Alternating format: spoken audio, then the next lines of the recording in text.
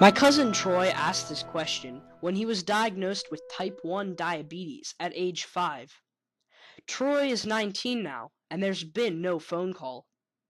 My family has depended on STEM jobs to advance in diabetic research for 67 years, since my grandfather was diagnosed at age 22.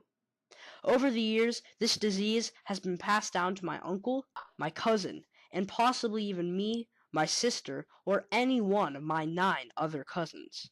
Well, I've lived with diabetes 67 years, and I think it's been a fairly normal 67 years, not much different from most of my friends that have not been diabetic. This accomplishment has put him in the top 60 longest living diabetics in the Pittsburgh region. I feel very lucky, very fortunate, but that's just the way it's been. Though they've come a long way in the advancement of medical treatment for diabetic patients, my grandpa still maintains his blood sugar by taking shots every day, each one injecting the correct amount of insulin into his blood. I give myself shots 4 times a day, once before each meal and one before bedtime. The diabetic gene is passed down through the generations, although researchers believe that an environmental factor triggers it. The next person in my family to be diagnosed was my Uncle Steve. I have had diabetes for 29 years.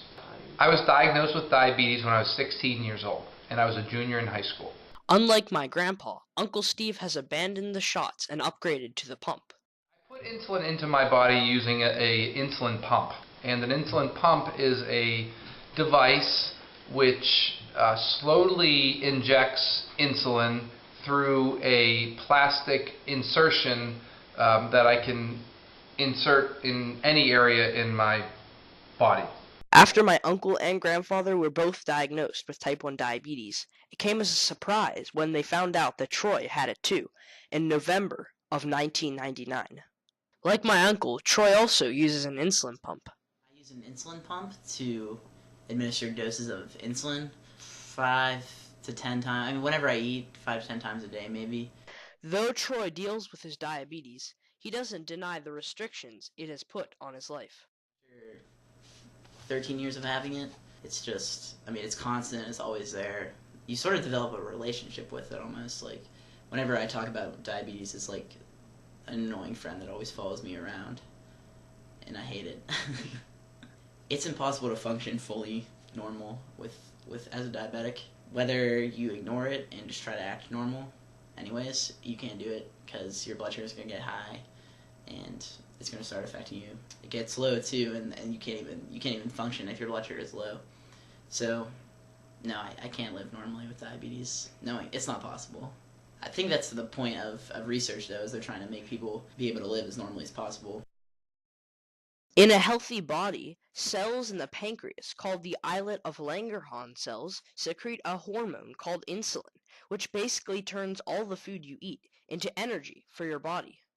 But how does this relate to diabetes? We know that it's what we call an autoimmune disease, which means the body does attack their own cells. And for whatever reason, they start to sense the islet cells as being a foreign substance that they should attack.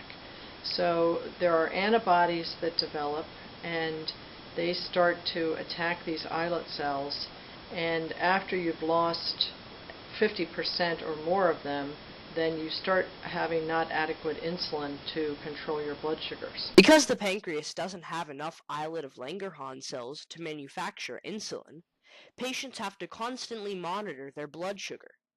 This is one of the main problems with being a diabetic because of all the work it takes to maintain a normal blood sugar. But with the number of STEM jobs growing and the robust medical research environment in the Pittsburgh area, researchers are making it easier for diabetics to have a more normal life, and every day are getting closer to finding a cure. It's certainly been the subject of a tremendous amount of research. We learn more all the time about genes in general and how they work and how they are triggered. With all of the research that's been done on genetic diseases and immunological disorders, I think we will find a cure in our lifetime.